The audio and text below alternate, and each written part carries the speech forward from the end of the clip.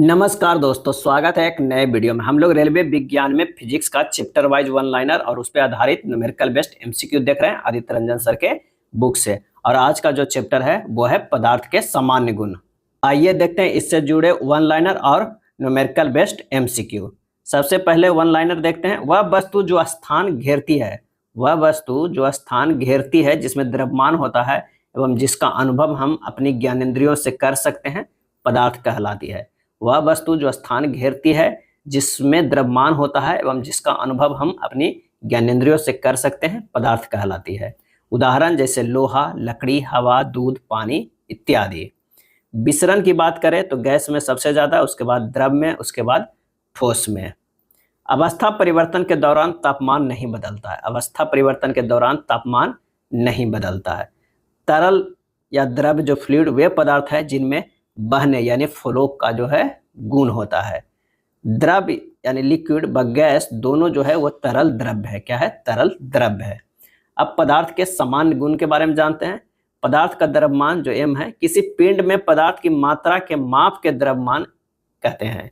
किसी पिंड में पदार्थ की मात्रा के माप के द्रव्यमान कहते हैं, जिसे m से डिनोट करते हैं। पदार्थ के आयतन की अगर हम बात करते हैं तो जिसे v से डिनोट करते हैं। त्रिआयामी अंतरिक्ष में किसी वस्तु की सीमाओं के भीतर व्याप्त स्थान जो है वो आयतन कहलाता है। त्रिआयामी अंतरिक्ष में किसी वस्तु की सीमाओं के भीतर व्याप्त स्थान आयतन कहलाता है। कुछ पदार्थ ऐसे होते हैं जिनका आयतन गर्म करने पर बढ़ जाता है, जैसे घी का, नारियल तेल का, धातु की थाली का और मोम का। जिसे गर्म करने पर जो है वो आयतन बढ़ जाता है। जिनका आयतन गर्म करने पर बढ़ जाता है वह सब घी, नारियल तेल, धातु की थाली, मोम।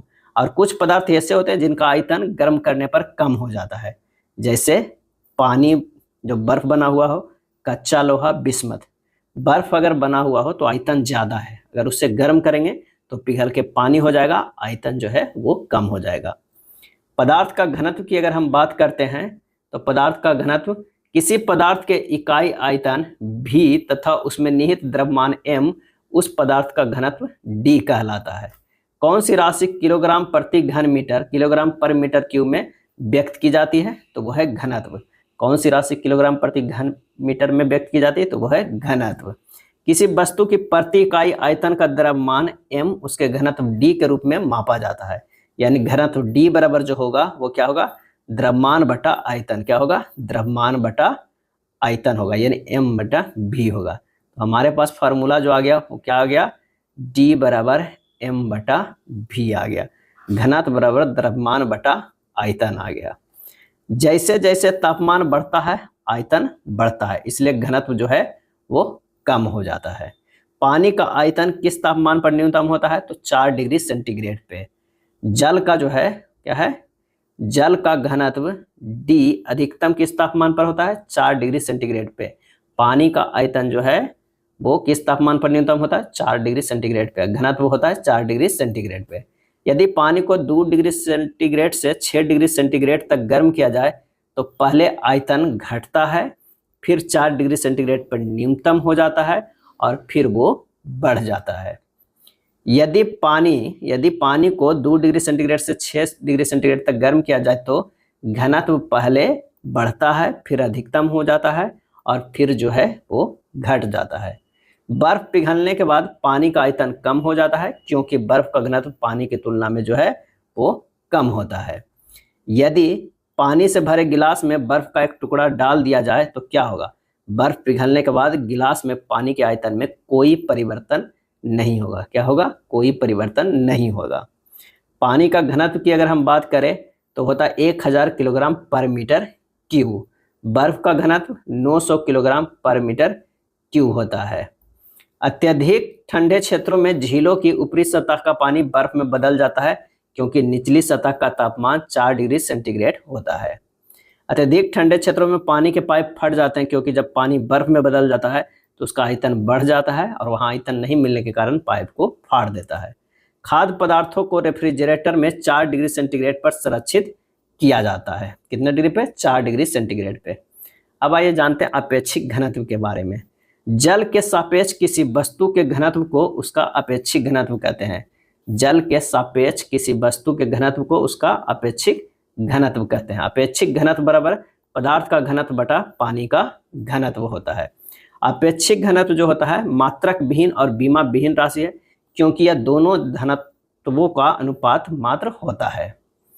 पलवन के सिद्धांत पर कार्य करता है वो है हाइड्रोमीटर। पलवन के सिद्धांत पर कार्य करता है हाइड्रोमीटर। तरल पदार्थों का अपेक्षिक घनत्व मापा जाता है, तरल पदार्थों का अपेक्षिक घनत्व मापा जाता है हाइड्रोमीटर की सहायता से, हाइड्रोमीटर की सहायता से। दुग्ध मापी लैक्टोमीटर भी एक प्रकार का हाइड्रोमीटर ही है। लैक्टोमीटर जो है वो एक प्रकार का हाइड्रोमीटर है, जिससे दूध का घनत्व माप कर उसकी शुद्धता का पता करते हैं, वो क्या है? दुग्ध मापी। क्या है? दुग्ध मापी कहते हैं। किसी बर्तन में बर्फ भरी है, अगर बर्फ पूरी तरह पिघल जाएगी तो पात्र में पानी का तल अपरिवर्तित रहता है, अर्थात पानी का तल पहले के ही समान होगा, उसे अपेक्षिक घनत्व कहते हैं। क्या है? अपेक्षिक घनत्व। आर्किमिडीज के सिद्धांत से सोने की शुद्धता का पता लगाया जा सकता है अपेक्षिक घनत्व की सहायता से, अपेक्षिक घनत्व की सहायता से। किसकी घनत्व जल के घनत्व से कम होता है? किसकी घनत्व जल के घनत्व से कम होता है? तो वो है कॉर्क का। क्या है? कॉर्क का। आर्किमिडीज के सिद्धांत क्या कहता है? जब कोई बोतल पानी में डूबी होती है तो वह पृथ्वी के गुरुत्वाकर्षण बल के द्वारा नीचे की ओर खींची जाती है, लेकिन पानी की बोतल पर ऊपर की ओर भी बल लगाता है, उसे कहते हैं उछाल, उत्थान या प्रणोद या थ्रस्ट। प्रति इकाई क्षेत्रफल पर कार्यरत प्रणोद थ्रस्ट जो है वो दाब कहलाता है। दाब को किस प्रकार परिभाषित किया जाता है? तो प्रणोद थ्रस्ट प्रति एकक क्षेत्र पे, प्रति एकक क्षेत्र पे। ठोस सतह द्वारा किसी भी वस्तु पर सामान्य दिशा में लगाए गए बल को क्या कहते हैं? सामान्य बल कहते हैं। क्या है? सामान्य बल कहते हैं। वस्तुएं पानी की सतह पर क्यों तैरती या डूबती है? तो उनके घनत्व के कारण। जब कोई पिंड किसी तरल पदार्थ में पूर्ण या आंशिक रूप से डूबा होता है तो उस पर ऊपर की ओर एक बल का अनुभव होता है, जो उसके द्वारा हटाए गए तरल पदार्थ के आयतन के बराबर होता है। यह सिद्धांत है आर्किमिडीज का। क्या है? आर्किमिडीज का। जब कोई पिंड किसी तरल फ्लूइड में पूर्ण या आंशिक रूप से डूबा हुआ होता है तो उस पर ऊपर की ओर एक बल का अनुभव होता है, जो उसके द्वारा हटाए गए तरल पदार्थ के आयतन के बराबर होता है, उसे आर्किमिडीज का सिद्धांत कहते हैं। जब किसी वस्तु को द्रव में आंशिक या पूर्ण रूप से डुबाया जाता है तो उस वस्तु पर विस्थापित द्रव के आयतन के बराबर एक बल कार्य करता है, जिसे उत्प्लावन या उत्क्षेप बल, प्रणोद या थ्रस्ट कहते हैं, जिसके कारण वस्तु पानी में हल्की प्रतीत होती है। उत्प्लावन बल बराबर होता है भार में आभासी कमी, हटाए गए द्रव का भार होता है। वह बल जो तरल पदार्थ की गति के कारण किसी तरल पदार्थ के सापेक्ष गतिमान ठोस वस्तु पर लगता है, ड्रैग या खींचना कहते हैं, ड्रैग फोर्स कहते हैं। यहाँ पर देखिए कि एक मनुष्य जो है वो पानी में तैर रहा है, तो अगर नीचे जो है वो भार लग रहा है तो उस पर जो बायोंसी फोर्स ऊपर की ओर लग रहा है, यही उत्प्लावन बल है। क्या है? उत्प्लावन बल जो है वो ऊपर की लग रहा है, जो आदमी को थोड़ा डूबने से बचाता है। और इधर जो ये पानी की सतह है, पैर जो है वो इधर खींच रहा है, प्रणोद बल जो है वो आगे की ओर लग रहा है। अगला है, जिसका उपयोग जहाज और पनडुब्बी की डिजाइन करने के लिए दूध की शुद्धता का आकलन करने के लिए, दूध की जो है वो शुद्धता की आकलन करने के लिए लैक्टोमीटर में तरल घनत्व को मापने के लिए हाइड्रोमीटर किया जाता है, वो सब है आर्किमिडीज सिद्धांत पे। जहाज और पनडुब्बी को डिजाइन करने के लिए और दूध की शुद्धता का आकलन करने के लिए लैक्टोमीटर और तरल घनत्व को मापने के लिए हाइड्रोमीटर का जो उपयोग किया जाता है, ये सभी जो है वो आर्किमिडीज के सिद्धांत पे आधारित है। लोहे की कील पानी में डूब जाती है लेकिन लोहे की नाव पानी में तैरती है, ये भी आर्किमिडीज के सिद्धांत के पे आधारित है। जहाजों में गति की वृद्धि आर्किमिडीज के सिद्धांत का उदाहरण है। पनडुब्बी जल में डूबकर तैरने वाला जलयान है जो आर्किमिडीज के सिद्धांत पर आधारित होता है। पनडुब्बी जल में डूबकर तैरने वाला जलयान है जो आर्किमिडीज के सिद्धांत पर आधारित होता है। मैनोमीटर सरल वायुदाब मापी, 14 वायुदाब मापी, निर्द्रव वायुदाब मापी, ऊंचाई मापी, ये सभी यंत्र तंत्र दाब एवं आर्किमिडीज के सिद्धांत पे आधारित है। अब आइए जानते हैं पास्कल के नियम के बारे में। यदि गुरुत्वीय प्रभाव को शून्य माना जाए तो संतुलन की अवस्था में द्रव के भीतर प्रत्येक बिंदु पर जो है वो दाब समान होता है। यदि गुरुत्वीय प्रभाव को शून्य माना जाए तो संतुलन की अवस्था में जो है द्रव के भीतर प्रत्येक बिंदु पर दाब समान होता है। बर्तन का आकार द्रव दाब पर क्या प्रभाव पड़ता है? तो कोई प्रभाव नहीं पड़ता है। पास्कल के नियम के आधार पर कई द्रव चालित यंत्र बनाए गए हैं, जैसे hydraulic press, hydraulic lift, hydraulic brake. ये मशीनें पास्कल के दो मूलभूत गुणों पर निर्भर करती हैं। कौन कौन? तो द्रव लगभग असंपीड्य होते हैं, अर्थात दाब देकर उनके आयतन को घटाया या बढ़ाया नहीं जा सकता है। और दूसरा जो गुण है, किसी भी दाब के अधीन वे किसी भी भाग में पहुंच सकते हैं। हाइड्रोलिक मशीनों द्वारा कम बल लगाकर अधिक कार्य किया जा सकता है। सहसंजक बल, कोहेसिव फोर्स किसे कहते हैं? तो समान अणुओं के बीच लगने वाले बल को सहसंजक बल कहते हैं, कोहेसिव फोर्स कहते हैं। सहसंजक बल जो है ठोस में ज्यादा होता है, उसके बाद द्रव में, उसके बाद गैस में। आसंजक बल, एडहेसिव फोर्स, असमान अणुओं के बीच लगने वाले बल को आसंजक बल कहते हैं। उदाहरण, मार्कर से व्हाइट बोर्ड पर लिखना, चौक से ब्लैक बोर्ड पर लिखना, ये सब आसंजक बल है। असमान अणुओं के बीच लगने वाले बल को आसंजक बल कहते हैं। पारा कांच पर नहीं चिपकता है। पारे का सहसंजक बल मजबूत होने के कारण, क्या है? सहसंजक बल मजबूत होने के कारण पारा जो है कांच पर नहीं चिपकता है। पारा कांच पर नहीं चिपकता है, पारे और कांच का असंजक बल कमजोर होने के कारण। असंजक बल कमजोर होने, तो दोनों में से कोई भी ऑप्शन रहेगा, सहसंजक बल मजबूत होने के कारण या असंजक बल कमजोर होने के कारण।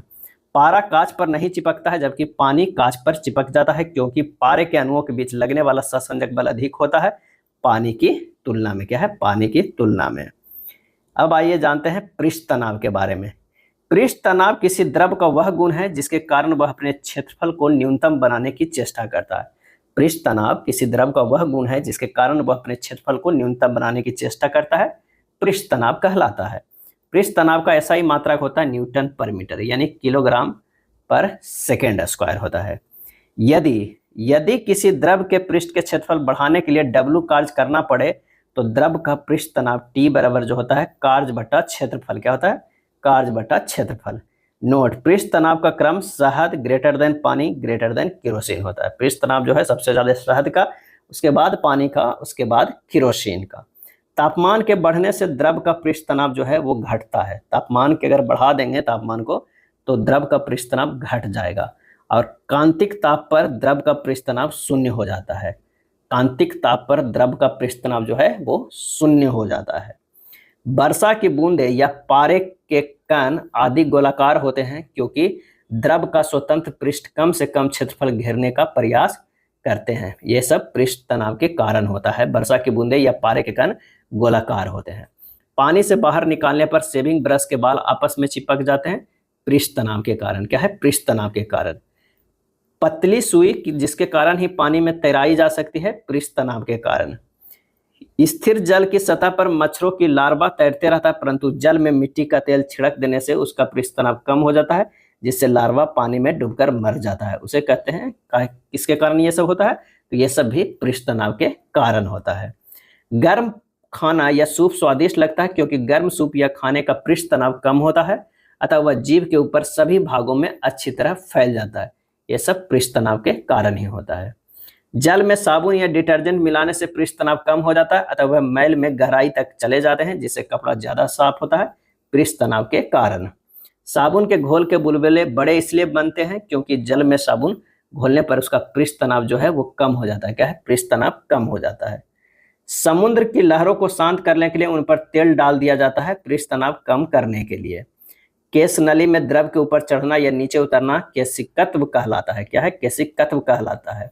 समानतः जो द्रव कांच को भिगोता है वह केश नली में ऊपर चढ़ता है। क्या है? ऊपर चढ़ता है। और जो द्रव कांच को नहीं भिगोता है वह नीचे उतर जाता है, नीचे उतर जाता है। केश नली में द्रव के चढ़ने या उतरने के कारण पृष्ठ तनाव ही होता है। नली की त्रिज्या कम होने पर चढ़ान की ऊंचाई का मान बढ़ता है, चढ़ान की ऊंचाई का मान बढ़ता है। और नली की त्रिज्या अधिक होने पर चढ़ान की ऊंचाई के मान जो है वो घटता है। लालटेन या लैंप की बत्ती में तेल का चढ़ना केशिकत्व के कारण है। क्या है? कैपिलरी के कारण है, केशिकत्व के कारण है। थीन यानी ब्लॉटिंग, थीन या ब्लॉटिंग पेपर पर स्याही डालने से स्याही का फैलना केशिकत्व कहलाता है। पेड़ पौधों की शाखाओं में खनिज लवणों का संचरण जो है वो है केशिकत्व है, केशिकत्व। वर्षा के पश्चात किसान खेतों की जुताई कर देते हैं, जिससे मिट्टी में बनी केश नलियां टूट जाती है और पानी नीचे से ऊपर नहीं आ पाता है, जिससे नमी बनी रहती है, वो भी केशिकत्व के कारण। पानी का नवचंद्रक यानी मिनिस्कस जो है वो अवतल लेंस तथा पारे का उत्तल लेंस की तरह व्यवहार करता है। ये काफी इंपॉर्टेंट है। पानी का जो होता है मिनिस्कस जो है यानी नवचंद्रक जो है वो अवतल लेंस के तरह तथा पारे का उत्तल लेंस की तरह व्यवहार करता है, वो भी केशिकत्व के कारण होता है। तरल की सतहों के बीच लगने वाले घर्षण बल को श्यान बल कहते हैं तथा यह गुण श्यानता कहलाती है। तरल की सतहों के बीच लगने वाले घर्षण बल को श्यान बल कहते हैं तथा यह गुण श्यानता कहलाती है। श्यानता तरल के गाढ़ापन को दर्शाती है। वायु द्रव्यमान में उपस्थित जलवाष्प की मात्रा को कहते हैं, वायु द्रव्यमान में उपस्थित जलवाष्प की मात्रा को कहते हैं आर्द्रता। कौन सा तरल बाष्पीकरण की दर को कम करता है? तो सतह क्षेत्रफल में कमी। सतह क्षेत्रफल में कमी। कौन सा तरल बाष्पीकरण की दर को कम करता है? तो सतह क्षेत्रफल में कमी। ऊर्जावान और अधिक उत्तेजित कण होते हैं, आयनीकृत गैसें होती हैं। क्वथनांक से नीचे किसी भी तापमान में द्रव को परिवर्तित करने की प्रवृत्ति को कहा जाता है बाष्पीकरण। क्या है? बाष्पीकरण। तनाव के अनुपात को कहा जाता है आयतन प्रत्यास्थता मापांक। आयतन प्रत्यास्थता मापांक। गतिज श्यानता की इकाई क्या है? तो वो है पॉइज। क्या है? पॉइज। एक तरल में सतह तनाव किस कारण होता है? अणुओं के बीच ससंकत बल के कारण। अणुओं के बीच ससंकतक बल के कारण। श्यानता गुणांक। श्यानता गुणांक की बीमा क्या है? तो ml-1 t-1। ml-1 t-1 है। अब आइए देखते हैं इस पे कुछ न्यूमेरिकल बेस्ड एमसीक्यू। बर्फ पानी पर तैरती है क्योंकि उसका जो घनत्व होता है, क्या होता है? बर्फ पानी पर तैरती है क्योंकि उसका जो घनत्व होता है वो क्या होता है? तो इसका आंसर जो हो जाएगा डी, पानी से कम होता है। क्या होता है? पानी से कम होता है। सुनामी का विनाशकारी रूप, जिसे भूकंपीय समुद्री लहरें भी कहा जाता है, आमतौर पर भूकंप का कारण होता है, तो वो होता है परिणाम ग्रेटर देन 7.5, यानी 7.5 से ज़्यादा अगर आता है तो वो सुनामी या विनाशकारी का रूप ले लेता है। जो भूकंप आता है समुद्र में, यानी समुद्री लहरें भी, भूकंपीय समुद्री लहरें भी कहा जाता है, वो भूकंप के कारण ही आता है, तो वो है 7.5 से अगर ज़्यादा हो तो। किसी वस्तु पर दबाव बढ़ना वस्तु का आयतन और उसके घनत्व पर क्या प्रभाव पड़ता है? और इसका आंसर हो जाएगा सी, घटता है, बढ़ता है। किसी वस्तु पर दबाव बढ़ना उस वस्तु का आयतन और उसके घनत्व पर क्या प्रभाव पड़ता है? तो आयतन घटेगा और इसका घनत्व जो है वो बढ़ेगा। सूर्य और चंद्रमा द्वारा पृथ्वी को एक ही दिशा में गुरुत्वाकर्षण द्वारा खींचने का कारण बनता है। सूर्य और चंद्रमा द्वारा पृथ्वी को एक ही दिशा में गुरुत्वाकर्षण द्वारा खींचने का कारण बनता है, और इसका आंसर हो जाएगा बसंत ज्वार। क्या है? बसंत ज्वार। हाइग्रोमीटर क्या मापता है? हाइग्रोमीटर जो है वो क्या मापता है? और इसका सही जवाब हो जाएगा ऑप्शन सी, आर्द्रता मापता है। क्या है? आर्द्रता मापता है। अगला प्रश्न है कि लकड़ी का एक ब्लॉक अपने आयतन का 30% पानी के ऊपर पानी में तैरता है। लकड़ी का घनत्व किलो पर मीटर क्यूब में कितना होगा? तो लकड़ी के गुटके का कुल आयतन क्या हो जाएगा? कुल आयतन जो है वो है 100। क्या है? 100। तो पानी के ऊपर कितना हो जाएगा? पानी के ऊपर जो है का आयतन कितना होगा? ऊपर का आयतन जो हो जाएगा 100 का 30%। 100 का 30% कितना हो गया? 30 हो गया। तो पानी के अंदर आयतन कितना हो गया? अंदर जो आयतन हो गया वो हो गया 70। अब कह रहा है कि किसी द्रव में डूबे हुए पिंड पर लगने वाला ऊपर की ओर उत्प्लावन बल बराबर होता है द्रव का भार जिसे पिंड विस्थापित करता है। तो ऊपर की ओर जो है उत्प्लावन बल लग रहा है, उत्प्लावन बल बराबर पानी का घनत्व क्या हो जाएगा? पानी का घनत्व जो कितना है? 1000 गुना पानी के अंदर लकड़ी का आयतन। तो पानी के अंदर लकड़ी का आयतन कितना है? 70 है, यानी टोटल जो आ गया वो 70,000 न्यूटन आ गया। 70,000 न्यूटन क्या हो गया? उत्प्लावन बल हो गया।